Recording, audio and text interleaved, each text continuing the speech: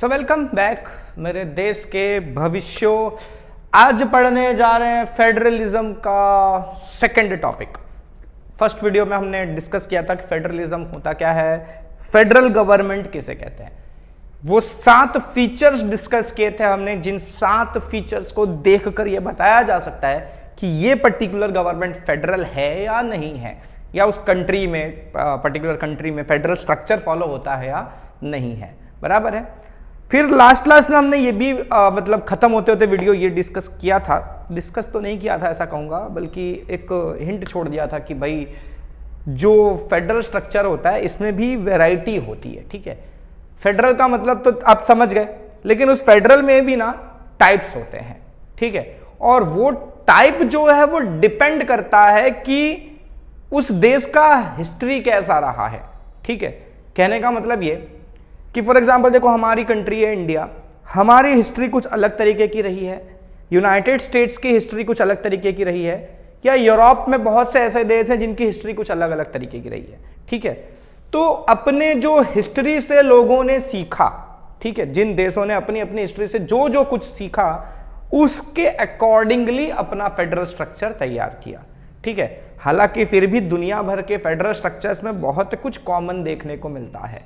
ठीक है, तो बेसिकली सारे कॉमन फीचर्स को और सारे डिफरेंसेस को, ठीक है, अलग अलग देश अपने यहाँ फेडरल स्ट्रक्चर में अलग अलग तरह के चेंजेस मतलब लगाकर चलाते हैं। ठीक है, इंडिया में गवर्नमेंट का स्ट्रक्चर जिस तरह का है, एग्जैक्ट स्ट्रक्चर यूनाइटेड स्टेट्स में नहीं है, वैसा ही स्ट्रक्चर यूनाइटेड किंगडम में नहीं है, वैसा स्ट्रक्चर रशिया में नहीं है। इन सबका आपस में कुछ ना कुछ तो डिफरेंस है।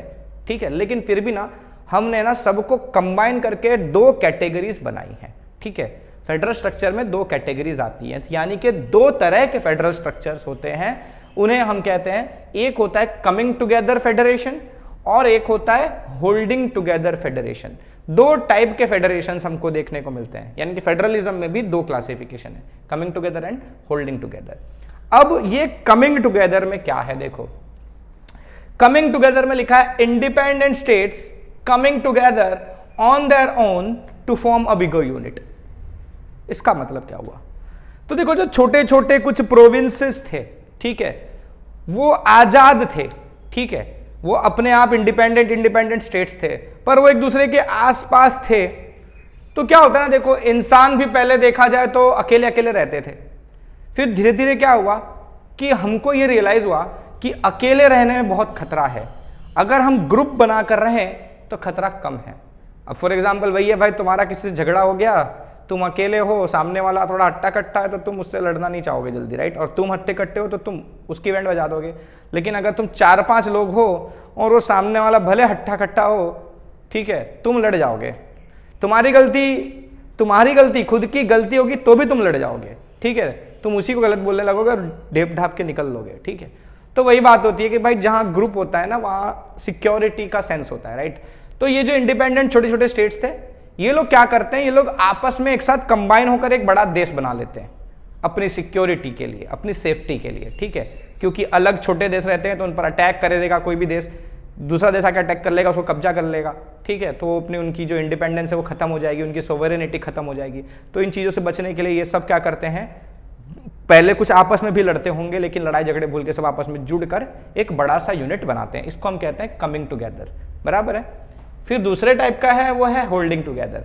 होल्डिंग टुगेदर में क्या होता है ना कि एक बड़ी कंट्री है, जैसे हमारा देश है, बड़ी कंट्री है, ठीक है, उसमें क्या होता है ना, पावर की शेयरिंग कर दी जाती है छोटे छोटे टुकड़ों में। ठीक है, बड़े कंट्री के छोटे छोटे हिस्से कर दिए जाते हैं, उन छोटे छोटे हिस्सों में अलग अलग गवर्नमेंट्स बनाई जाती हैं और उनको पावर्स दे दी जाती हैं ताकि वो उन हिस्सों को इफेक्टिवली हैंडल करें। इसके पीछे मेन पर्पस होता है ना, वो क्या होता है पता है, मैनेजमेंट करना। अच्छे से मैनेजमेंट करना मतलब, अब आप देखोगे कि कई स्टेट्स हाल में पार्टीशन होकर अलग हो जाते हैं, राइट। पहले 26 थे, फिर 29 हुए वगैरह वगैरह। ठीक है, तो अभी हाल में तेलंगाना स्टेट आंध्र प्रदेश में से अलग किया गया। तो क्यों किया गया, तो एक रीजन तो क्या था कि वहां लोगों की डिमांड होती है। ठीक है, कई लोगों का क्या होता है ना, जैसे कल्चरल डिफरेंसेस होते हैं, लिंग्विस्टिक डिफरेंसेस होते हैं, ठीक है, सोच की डिफरेंसेस होती हैं। इन चीजों के डिफरेंसेस इतने ज्यादा होते हैं कि इस वजह से कन्फ्लिक्ट्स पैदा होते हैं और कई बार उस वजह से स्टेट्स को स्प्लिट करना पड़ता है। और मेजोरिटी ऑफ केसेस में रीजन होता है डेवलपमेंट का, ठीक है। एक बड़ा स्टेट है, ठीक है, बड़े स्टेट को मैनेज करना बहुत मुश्किल होता है, तो कई बार क्या होता है ना, उसको 2 टुकड़ों में तोड़ दिया जाता है, ठीक है। छोटे छोटे हिस्से होंगे तो उनको कंट्रोल करना आसान हो जाएगा। तो वैसे ही पूरी की पूरी कंट्री है, पूरी कंट्री को एक ही गवर्नमेंट चला रही है, तो एक गवर्नमेंट के लिए वो सब मैनेज करना मुश्किल था, तो उसके लिए क्या किया गया, छोटे छोटे हिस्से बना दिए गए, ठीक है, कि एक छोटा सा हिस्सा बनाया, उसके ऊपर एक गवर्नमेंट रख दी, छोटा हिस्सा वहां गवर्नमेंट बना दी, ठीक है। अब हालांकि इन सब गवर्नमेंट के ऊपर एक सेंट्रल गवर्नमेंट तो है, ठीक है, पर फिर भी इस तरह की गवर्नमेंट बनाई गई हैं, उनको बहुत सारी पावर्स दी गई हैं कि वो उन सब स्टेट्स का भला कर सकें। तो बड़े हिस्से को छोटे छोटे हिस्से में तोड़कर उस पर मतलब इफेक्टिवली मैनेज करना उसको, ठीक है, पावर को शेयर कर इफेक्टिवली मैनेज करना, दैट इज होल्डिंग टुगेदर, ठीक है।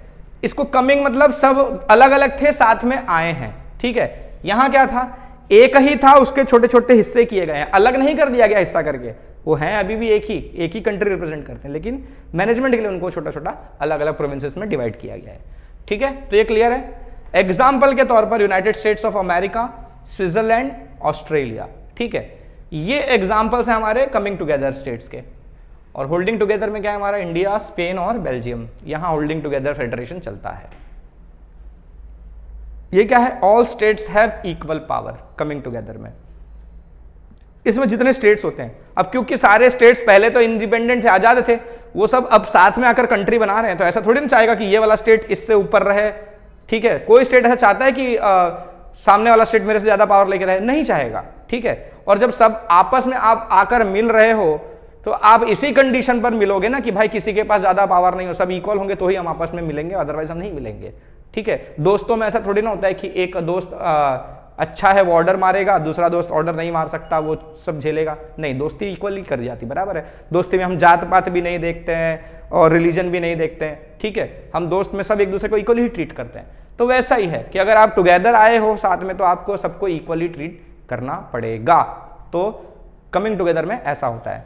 होल्डिंग टुगेदर में क्या होता है, अब क्योंकि यहां इंडिपेंडेंट स्टेट्स आकर आपस में नहीं मिले थे और आपस में इनकी सहमति नहीं बनाई गई थी, ठीक है, यहां क्या किया गया है, बड़े कंट्री को ही छोटे छोटे हिस्सों में डिवाइड किया गया है रूल अच्छे से करने के लिए, बराबर है। तो यहां पर जरूरी नहीं है कि हर स्टेट्स के पास इक्वल पावर है। अब कहने का मतलब यह भी नहीं है कि स्टेट्स के पास इक्वल पावर नहीं होंगे, बहुत से फेडरेशन ऐसे होंगे जहां पर सारे स्टेट्स को इक्वल पावर दिए गए होंगे, लेकिन ऐसा जरूरी नहीं है। इसमें ऐसा ही होता है, पर इस वाले केस में होल्डिंग टुगेदर में जरूरी नहीं है कि हर स्टेट्स के पास इक्वल पावर हो। जैसे कि हमारा खुद का देश इंडिया, हमारे यहां भी ना कई स्टेट्स को कुछ स्पेशल पावर्स दिए गए हैं, ठीक है। जैसे हमारे यहाँ मिजोरम है, नागालैंड है, ठीक है, असम है, ठीक है, ऐसे बहुत से स्टेट्स हैं हमारे यहाँ जिनको कुछ स्पेशल प्रोविजंस दिए गए हैं, ठीक है। क्यों दिए गए हैं इनको ऐसे स्पेशल प्रोविजंस, वो उनकी सेफ्टी के लिए, ठीक है, वो हम बाद में फिर से डिस्कस करेंगे, ठीक है। तो इस तरह की कुछ स्पेशल प्रोविजंस हैं कुछ स्टेट्स के लिए, ठीक है, इस तरह के स्ट्रक्चर में। और उसके अलावा एक चीज और है कि इसमें जो सेंट्रल गवर्नमेंट होती है वो हाईएस्ट अथॉरिटी होती है, मतलब सबसे ज्यादा पावर जो है वो सेंट्रल गवर्नमेंट के पास होता है। उसके बाद थोड़े कम पावर्स बाकी स्टेट्स को दिए जाते हैं, और उन कम पावर्स में से भी किसी को स्पेशल पावर भी दे दिया जा सकता है। तो मेरे ख्याल से कमिंग टुगेदर और होल्डिंग टुगेदर आपको क्लियर हो गया होगा। इंडिविजुअली समझना हो तो आप ऐसे 3 पॉइंट्स में लर्न कर सकते हो, कमिंग टुगेदर के फीचर्स, होल्डिंग टुगेदर के 3 फीचर्स ऐसे लर्न कर सकते हो, और डिफरेंस बिटवीन के तौर पर भी आप कर सकते हो। इसीलिए मैंने इसको इस तरह से लिख के समझाया है, ठीक है। कम से कम 3 मार्क का क्वेश्चन है आपका, बराबर है, तो इसे क्लियर रखना, बराबर है। अब सिर्फ 3 मार्क्स का ही नहीं, 1 मार्क्स के क्वेश्चन भी पूछा जा सकता है इस चीज को घुमा फिराकर, ठीक है। तो पॉइंट्स एकदम क्लियरली आपके दिमाग में बैठे होने चाहिए, रटे हुए नहीं, उसके पीछे जो डिटेल है वो भी समझ में आना चाहिए आपको, बराबर है। तो चलते हैं नेक्स्ट टॉपिक पर इसी में। तो देखो बच्चों, जैसे कि सबको पता है 1947 में आजाद हुए, बराबर है। उसके बाद बहुत मेहनत की सरदार वल्लभ भाई पटेल जी ने, सारे जो छोटे छोटे प्रिंसली स्टेट्स थे इन सबको जोड़कर एक कंट्री बनाने के लिए, ठीक है। पता ही होगा हमको 550 से भी ज्यादा प्रिंसली स्टेट्स थे इंडिया में जब हम आजाद हुए थे, और बड़ी मशक्कत के बाद आज़ादी मिली, उसके बाद भी सब में भेदभाव था। तो सरदार पटेल वो थे जिन्होंने जाके सबको जोड़ा, एक साथ कंबाइन किया और एक कंट्री बनाई, रेडी की, ठीक है। उसमें भी क्या हुआ आपको पता ही होगा, जब आज़ादी हुई तो डिवीजन हुआ था इंडिया का, ठीक है। उसमें से पाकिस्तान बनाया गया, ईस्ट पाकिस्तान, वेस्ट पाकिस्तान। जो ईस्ट पाकिस्तान आज बांग्लादेश के नाम से जाना जाता है, और वेस्ट पाकिस्तान वेस्ट की तरफ है हमारे। तो इन सब में क्या हुआ, बहुत सारा खून बहा, लड़ाई झगड़े हुए, भयंकर सब ऐसी सिचुएशन थी कि मतलब बयान करना मुश्किल है, आपने मूवीज वगैरह में देखी ही होगी। तो ये सब होने के बाद रेडी किया गया हमारा कॉन्स्टिट्यूशन। ठीक है, जब हमने कॉन्स्टिट्यूशन बनाया, हमारे जो कॉन्स्टिट्यूशन मेकर्स थे उन्होंने जब कॉन्स्टिट्यूशन रेडी किया तो उस वक्त उन्होंने कॉन्स्टिट्यूशन में फेडरल वर्ड कहीं डाला नहीं था। उन्होंने ये नहीं कहा था कि इंडिया का कॉन्स्टिट्यूशन फेडरल है, उन लोगों ने लिखा नहीं था। ठीक है, पर फिर भी हम एसएस पढ़ रहे हैं, हम उसमें बता रहे हैं कि इंडिया फेडरल है। और इसके पहले हमने देखा हम कौन से फेडरल में आते हैं, होल्डिंग टुगेदर फेडरेशन में आते हैं, बराबर है। तो कैसे, हमारे कॉन्स्टिट्यूशन वालों ने तो लिखा ही नहीं, कॉन्स्टिट्यूशन बनाने वालों ने, तो इसका मतलब हम फेडरल नहीं हुए? ऐसा नहीं है। हमने जो फेडरल स्ट्रक्चर के 7 कैरेक्टरिस्टिक्स पढ़े थे, 7 फीचर्स पढ़े थे, राइट, इसके पहले वाले वीडियो में, वो 7 फीचर्स हमारे कॉन्स्टिट्यूशन में देखने को मिलते हैं।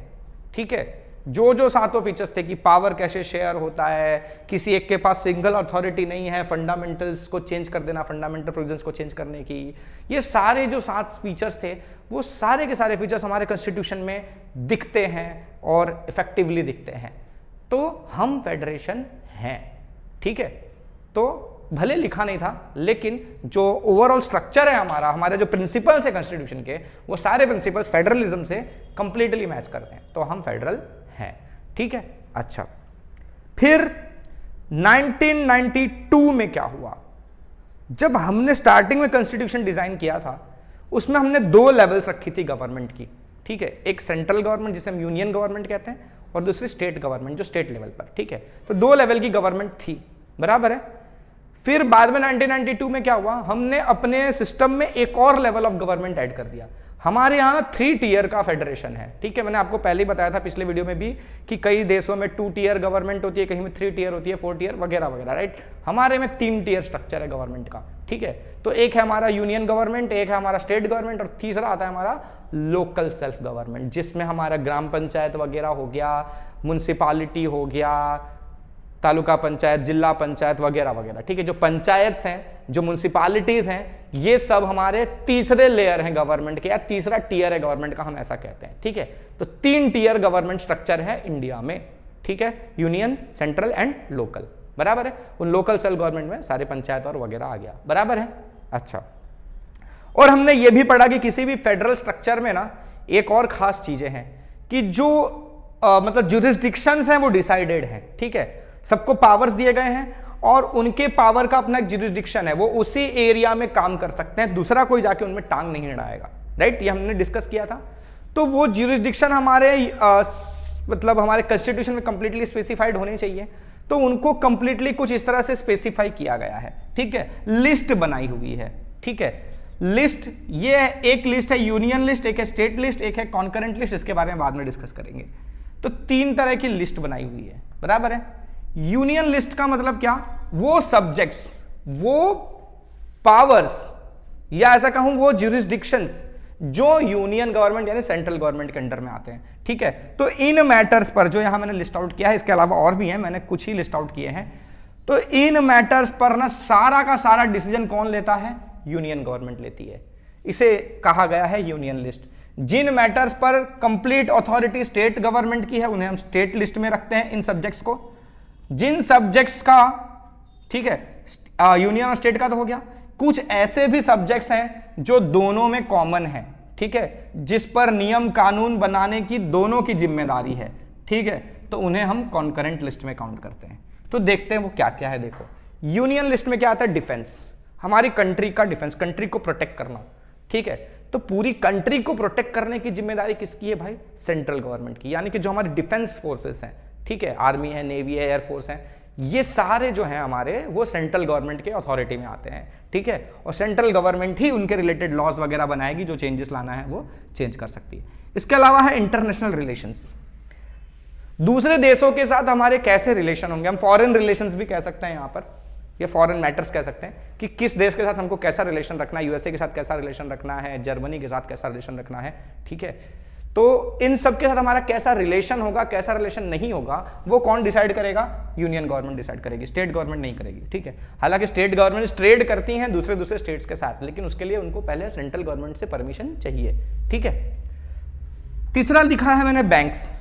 बैंकिंग सिस्टम पर कंट्रोल सेंट्रल गवर्नमेंट का होता है। भाई ऑफ कोर्स रखना पड़ेगा। क्यों रखना पड़ेगा? देखो, अगर मैं स्टेट गवर्नमेंट को भी बैंक का अथॉरिटी दे दूं पूरी तरह से, तो कोई स्टेट है जैसे महाराष्ट्र है, वो अपनी करेंसी बना देंगे, ठीक है, तमिलनाडु अपनी करेंसी बना देगा, केरला अपनी करेंसी बना देगा, ठीक है। तो ये तो यार एक ही देश में 75 करेंसी चलाएंगे हम, तो वो तो नेपोलियन के जमाने वाला सिस्टम, नेपोलियन के पहला वाला सिस्टम आ जाएगा, अलग अलग सिस्टम था, याद है ना? तो वैसा सब प्रॉब्लम हो जाएगी। तो वो चीजें ना हो, इसलिए बैंक्स भी यूनियन लिस्ट में आते हैं, यानी सेंट्रल गवर्नमेंट के अंडर में आते हैं, ठीक है। जो बैंकिंग के रिलेटेड डिसीजंस वगैरह होंगे, करेंसी वगैरह होगा, जो कुछ होगा सब कुछ यूनियन गवर्नमेंट देखेगी। रेलवेज, ठीक है, रेलवेज बहुत बड़ा नेटवर्क है, ठीक है, और मेन ट्रांसपोर्टर है हमारी कंट्री में, ठीक है, तो इसको भी सेंट्रल गवर्नमेंट ही देखती है, ठीक है। हालांकि स्टेट लेवल पर भी कुछ पावर्स होते हैं, बट अल्टीमेट जो लॉज बनाने की अथॉरिटी वगैरह है वो सेंट्रल गवर्नमेंट के पास है। स्टेट लिस्ट में क्या आता है? Police, public health, law and order. तो पुलिस तो पता ही होगा आपको, हर स्टेट की अलग अलग पुलिस है ना? महाराष्ट्र की अलग है, गुजरात की अलग है, पंजाब की अलग है, हरियाणा की अलग है, दिल्ली की अलग है, आता दिल्ली पुलिस, पंजाब पुलिस वगैरह वगैरह, ठीक है। तो उस तरह का है। पुलिस भाई स्टेट के अंडर में आता है और स्टेट गवर्नमेंट उसको देखती है, उसके लॉज वगैरह सब उनको देखना है। पब्लिक हेल्थ, वहां के लोगों का हेल्थ कैसा होगा, तो देखा होगा आपने कि देखो सेंट्रल गवर्नमेंट भी देखती है इन मैटर्स को, ऐसा नहीं है कि सेंट्रल गवर्नमेंट नहीं देखती है, लेकिन पहली अथॉरिटी किसके हाथ में होती है? स्टेट गवर्नमेंट्स के हाथ में, ठीक है। सेंट्रल गवर्नमेंट हर मैटर देखती है, अगर एक्चुअली देखा जाए ना तो सेंट्रल गवर्नमेंट हर मैटर देखती है, इनमें से ऐसा कोई मैटर नहीं है जो सेंट्रल गवर्नमेंट नहीं देखती है, लेकिन ज्यादा अथॉरिटी इस मैटर में किसको है? स्टेट्स को है, ठीक है। तो पब्लिक हेल्थ मतलब वहां के अपने लोगों के लिए, अपने स्टेट के लोगों के लिए कोई स्कीम लानी है हेल्थ के रिलेटेड, ठीक है। कई योजनाएं चलती हैं, आपने सुना होगा, अलग अलग स्टेट्स में अलग अलग योजनाएं चलती हैं, जिसमें गरीबों को सस्ते में इलाज देना या फ्री में इलाज प्रोवाइड करना, तो हर स्टेट में अलग अलग सिस्टम चलता है। इसके अलावा सेंट्रल गवर्नमेंट का भी वो क्या आयुष योजना वगैरह चलती है, राइट। तो अब जो सेंट्रल गवर्नमेंट ने ऐसी स्कीम बनाई, जैसे वो आयुष योजना बताया मैंने, ठीक है, वो कुछ स्टेट्स ने अपने यहाँ इंप्लीमेंट नहीं किया, ठीक है। कुछ स्टेट्स ने अपने यहाँ इंप्लीमेंट किया, उनको लगता है कि ये वाला जो स्कीम आया है भाई सेंट्रल गवर्नमेंट जो बनाया है वो अच्छा है, हम उसको इंप्लीमेंट करना चाहते हैं तो कर लेते हैं। कुछ लोगों को ऐसा होता है कि भाई पॉलिटिकल राइवलरी है कि नहीं भाई मैं इसका स्कीम अपने यहाँ लॉन्च करूंगा तो इसका नाम होगा, मेरा नाम नहीं होगा, चलो उसको स्क्रैप करो, अपने नया स्कीम बनाते हैं, ठीक है। या कई लोग ऐसा होता है कि उनको लगता है कि उनकी स्कीम अच्छी है सेंट्रल गवर्नमेंट की स्कीम, तो वो अपना स्कीम चलाते हैं, ठीक है, तो वो उसको डिनाई कर सकते हैं, बराबर है। तो इस तरह का होता है। तो पूरा हेल्थ, पब्लिक हेल्थ जो है वो स्टेट लिस्ट में आता है, ठीक है। लॉ एंड ऑर्डर मतलब उनके यहाँ पे जो भी कानून व्यवस्था है, सिर्फ पुलिस ही नहीं, बाकी सब चीजें, ठीक है। सिक्योरिटी देखना लोगों की, स्टेट के लोगों की, वहां लड़ाई झगड़े हो रहे हैं उनको कंट्रोल करना, दंगे फसाद होगा उनको कंट्रोल करना, ये सारी चीजें लॉ एंड ऑर्डर की जो चीजें हैं वो भी स्टेट्स के हाथ में आती हैं, ठीक है। पर्टिकुलर स्टेट का उनके हाथ में आएगा। फिर जो कॉमन है सबके बीच में वो है कॉन्करेंट लिस्ट। इसमें आता है क्या? एजुकेशन। तो जो एजुकेशन है उस पर दोनों को अधिकार है काम करने का, सेंट्रल गवर्नमेंट भी देखती है, स्टेट गवर्नमेंट भी देखती है। कैसे? तो इसका से सबसे अच्छा एग्जांपल कैसे बता दूं मैं आपको, कि जैसे सीबीएसई है, सेंट्रल गवर्नमेंट का बोर्ड है, ठीक है, central board of secondary education, और हर स्टेट का अपना भी एजुकेशन बोर्ड होता है, राइट। तो वो जो स्टेट का एजुकेशन बोर्ड होता है उसमें जो सिलेबस रखना है या किस तरह से एग्जाम पैटर्न होगा, ठीक है, वो सारी चीजें स्टेट गवर्नमेंट डिसाइड करती है ना। और सीबीएसई भी चला रही है, ठीक है, सीबीएसई भी एग्जाम्स कंडक्ट करती है। आप हर किसी स्टेट में ही होंगे, ठीक है, तो आप जिस स्टेट में अगर आप सीबीएसई में पढ़ रहे हो, ठीक है, तो आप सीबीएसई का सिलेबस फॉलो करोगे, सीबीएसई का ही एग्जाम पैटर्न फॉलो करोगे और सीबीएसई के ही शेड्यूल से आपको एग्जाम देनी होगी, बराबर है। स्टेट बोर्ड में होगे तो आप उस स्टेट के हिसाब से फॉलो करोगे, लेकिन फिर भी उसके बावजूद भी आपकी जो स्कूल्स रन करती हैं, ठीक है, भले सीबीएसई के सिलेबस पर हैं, लेकिन आपकी जो स्कूल्स रन करेंगी, ठीक है, उन स्कूल्स का रन करने का जो छुट्टियां वगैरह किस दिन मिलेंगी किस दिन नहीं मिलेंगी, ये सब ना मोस्टली स्टेट गवर्नमेंट से डिसाइड करती हैं, क्योंकि आप स्टेट में हो तो आपको स्टेट के रूल्स एंड रेगुलेशंस फॉलो करने पड़ेंगे। तो देखा जाए तो एजुकेशन से रिलेटेड स्कूल्स कॉलेजेस वगैरह हैं, तो कुछ ऐसी होंगी जो सेंट्रल गवर्नमेंट से ऑथोराइज्ड होंगी, कुछ स्टेट गवर्नमेंट से ऑथोराइज्ड होंगी, ठीक है। और जो प्रोसीजर चलेगा वहां पर, ठीक है, स्कूल में, जैसे कि फॉर एग्जाम्पल सपोज गुजरात में कोई स्कूल है सीबीएसई की, तो गुजरात गवर्नमेंट ने ना अपने एरिया की जो स्कूल्स हैं उन पर कुछ रिस्ट्रिक्शन लगा दिया, सपोज कि ये फीस स्ट्रक्चर इतना ही रहेगा, इससे ज्यादा फीस स्ट्रक्चर नहीं हो सकता, ठीक है। तो उस रीजन में जितनी स्कूल्स आती हैं, भले वो सीपीएसई एफिलिएटेड स्कूल्स हैं, उनको वो फॉलो करना पड़ेगा, ठीक है। गुजरात गवर्नमेंट ने कोई इवेंट रखा है, ठीक है, जिसमें बच्चों के डेवलपमेंट के लिए कोई एक इवेंट रखा गया है, तो सीबीएसई की स्कूल ऐसा नहीं कह सकती हम सेंट्रल बोर्ड से एफिलिएटेड है तो हम इसमें पार्टिसिपेट नहीं करेंगे, तो इस रीजन पर डिनाई नहीं किया जा सकता, उनको उसमें पार्टिसिपेट करना होगा, अगर नहीं करना है तो कोई अच्छा रीजन होना चाहिए कि भाई नहीं करेंगे, वो सब अलग बात है। चलो फिर फॉरेस्ट के रिगार्डिंग भी भाई, फॉरेस्ट पर बड़े बड़े जो फॉरेस्ट है, मेन फॉरेस्ट, उनके लॉस तो गवर्नमेंट, सेंट्रल गवर्नमेंट ही देखती है, पर स्टेट्स के भी पावर्स वहाँ पर होते हैं। ट्रेड यूनियंस हैं, और ट्रेड यूनियंस तो समझ रहे हो ना, जो ट्रेडर्स वगैरह होते हैं, अलग अलग ट्रेडर्स, वो अपने हिसाब से यूनियंस डिसाइड करते हैं, ठीक है, और उनके जो लॉज हैं, ठीक है, कि किस तरह से लॉस चलेंगे, किस तरह से ट्रेड होगा आपस में, ठीक है, छोटे बड़े लेवल पर, वो सारी चीज़ें कॉन्करेंट लिस्ट में आती हैं। वो स्टेट दोनों देखते हैं, ठीक है, चाहे वो स्टेट हो चाहे वो सेंटर हो, दोनों के पास इसकी अथॉरिटी होती है। मैरिज, अडॉप्शन एंड सक्सेशन, शादियों के नियम कानून, एडॉप्शन के नियम कानून, ठीक है, और साथ साथ सक्सेशन के, मतलब कि सक्सेशन समझ रहे हो ना, कि एक के बाद एक, जैसे पीढ़ी दर पीढ़ी, पिताजी हैं, पिताजी के बाद जो दूसरा जनरेशन आया, ठीक है, तो इनकी जमीन जायदाद किसको मिलेगी, वहाँ पर अलग अलग नियम होंगे, ठीक है, तो वो जो नियम कानून है वो भी दोनों के अंडर में आते हैं, ठीक है। स्टेट्स के भी कुछ खुद के रूल होते हैं, अलग अलग स्टेट्स के, और इसके अलावा सेंट्रल गवर्नमेंट का भी रूल होता है, ठीक है। अच्छा, अब इस सब्जेक्ट्स में ना एक बड़ा प्रॉब्लम है, जब दोनों मैटर देख रहे हैं, स्टेट भी देख रहा है, सेंटर भी देख रहा है, तो यहाँ झगड़े होने के चांसेस काफी हो जाते हैं, है ना। भाई सेंट्रल गवर्नमेंट किसी और पार्टी की है, स्टेट गवर्नमेंट किसी और पार्टी की है, तो दोनों गवर्नमेंट लड़ बैठेंगी, नहीं ये रूल ऐसा होना चाहिए, दूसरी गवर्नमेंट नहीं ऐसा रूल होना चाहिए। तो उस केस में क्या होगा, जब ऐसा झगड़ा होता है, ठीक है, जब स्टेट और सेंट्रल गवर्नमेंट के बीच में कोई कंफ्लिक्ट पैदा होता है इस लिस्ट के सब्जेक्ट्स को लेकर, तो उसमें फाइनल अथॉरिटी सेंट्रल गवर्नमेंट की आती है। मैंने पहले ही बताया था भाई, फेडरल स्ट्रक्चर में जो हम कौन से होल्डिंग टुगेदर है, होल्डिंग टुगेदर में फाइनल अथॉरिटी, सबसे बड़ी अथॉरिटी किसके पास है, सेंट्रल गवर्नमेंट के पास। तो अगर इस लिस्ट में जो दोनों में कॉमन आती है, इस लिस्ट के सब्जेक्ट्स को लेकर कोई झगड़ा है, तो फाइनल कौन माना जाएगा, किसकी जीत होगी भाई, सेंट्रल गवर्नमेंट की, ठीक है। अच्छा, अब रेसिड्यूरी सब्जेक्ट्स क्या है, तो ये 3 लिस्ट जो बनाई गई थी, ये तो जब कॉन्स्टिट्यूशन बनाया गया उसी टाइम बना दी गई, ठीक है, तो उस टाइम ये सब चीजें रेडी हो गई। तब ना हमारे देश में ये चीजें नहीं आई थी, सॉफ्टवेयर आईटी वगैरह का ग्रोथ नहीं हुआ था हमारे देश में, ये बाद में आया। तो ऐसे बहुत से सब्जेक्ट्स हैं, ऐसे बहुत से मैटर्स हैं जो कॉन्स्टिट्यूशन बनते टाइम प्रेजेंट नहीं थे कंट्री में, लेकिन बाद में आए, तो उसके लिए रेसिड्यूरी सब्जेक्ट नाम दिया गया, ठीक है, जो इनमें से किसी भी लिस्ट में नहीं आता, ठीक है। तो जो सब्जेक्ट्स इनमें से किसी भी लिस्ट में नहीं आते उन्हें हम रेसिड्यूरी सब्जेक्ट्स कहते हैं। तो इनके रिगार्डिंग लॉस वगैरह बनाने की जिम्मेदारी किसकी होगी, खुद समझ सकते हो भाई, सबसे ज्यादा अथॉरिटी किसके पास है, इनको तो गिनी चुनी पावर स्टेट्स को दे दी गई है, ठीक है। फाइनल अथॉरिटी किसके पास है, सेंट्रल गवर्नमेंट के पास, तो इनके रिगार्डिंग लॉस भी सेंट्रल गवर्नमेंट ही बनाती है, बराबर है। अच्छा, तो अब जैसे कि सपोज यूनियन गवर्नमेंट क्या चाहती है, यूनियन गवर्नमेंट ये चाहती है कि ये जो मैरिज, एडॉप्शन एंड सक्सेशन, चलो ये वाला, ठीक है, यूनियन गवर्नमेंट चाहती है कि ये वाला जो पूरा का पूरा मैटर है वो अपने अंडर में ले ले, कॉन्करेंट लिस्ट में ना रखे, हटा दे, ठीक है, ताकि इसके रिगार्डिंग जो भी लॉज हैं वो उसके अथॉरिटी में आ जाए पूरी तरह से। तो ये अगर सेंट्रल गवर्नमेंट करना चाहती है तो वो इतनी आसानी से नहीं कर सकती, ठीक है। इवन पार्लियामेंट में अगर गवर्नमेंट इसके रिगार्डिंग कोई बिल लाती है, पार्लियामेंट से वो बिल पास भी हो जाता है, लोकसभा राज्यसभा दोनों हाउसेस एक्सेप्ट कर लेते हैं कि हाँ भाई ये वाला जो लिस्ट, ये सब्जेक्ट है जो कॉन्करेंट लिस्ट का, ये सब्जेक्ट यूनियन लिस्ट में आ जाना चाहिए। मान लो पार्लियामेंट ने बिल पास करवा दिया, प्रेसिडेंट ने साइन कर दिया, तो भी वो नहीं चलेगा, ठीक है। ये कब चलेगा, ये तो होना ही होना है, ठीक है, दोनों हाउसेस को एक्सेप्ट करना पड़ेगा जो चेंज लाना है। इसके साथ ही साथ जितने स्टेट्स हैं हमारे, उसमें से कम 50% स्टेट्स भी इस चीज को एक्सेप्ट करेंगे तो ही ये चेंज पॉसिबल है। तो खाली इसी चेंज के रिगार्डिंग नहीं, जो भी फंडामेंटल प्रोविजंस है, ये सब फंडामेंटल प्रोविजंस में ही आते हैं, ठीक है, जो बेसिक प्रोविजंस बनाए गए हैं हमारे कॉन्स्टिट्यूशन में स्टेट्स के, सेंटर के पावर्स को लेकर, ठीक है, स्टेट या सेंटर के पावर्स को लेकर, या फिर अब जो लोकल सेल्फ गवर्नमेंट की बात की जाए तो उसको भी लेकर, तो इन सारे पावर्स को लेकर जो भी प्रोविजंस बनाए गए हैं ना, इनमें अगर चेंज लाना है तो खाली पार्लियामेंट अकेला उसे चेंज नहीं कर सकता। पार्लियामेंट के दोनों हाउसेस जब उसे पास कर लेंगे, उसके अलावा कम से कम 50% स्टेट्स जो हैं कंट्री के, ठीक है, अगर 30 स्टेट्स हैं तो 15 स्टेट्स को कम से कम अग्री करना पड़ेगा, 14 भी नहीं चलेगा, ठीक है, उससे ज्यादा होंगे तो अच्छी बात है। तो जब सब मानेंगे तो इनमें चेंजेस पॉसिबल है, या जो बेसिक प्रोविजंस है हमारे कॉन्स्टिट्यूशन में उनमें चेंजेस पॉसिबल है, ठीक है। तो इतना आसान भी नहीं है चेंज करना।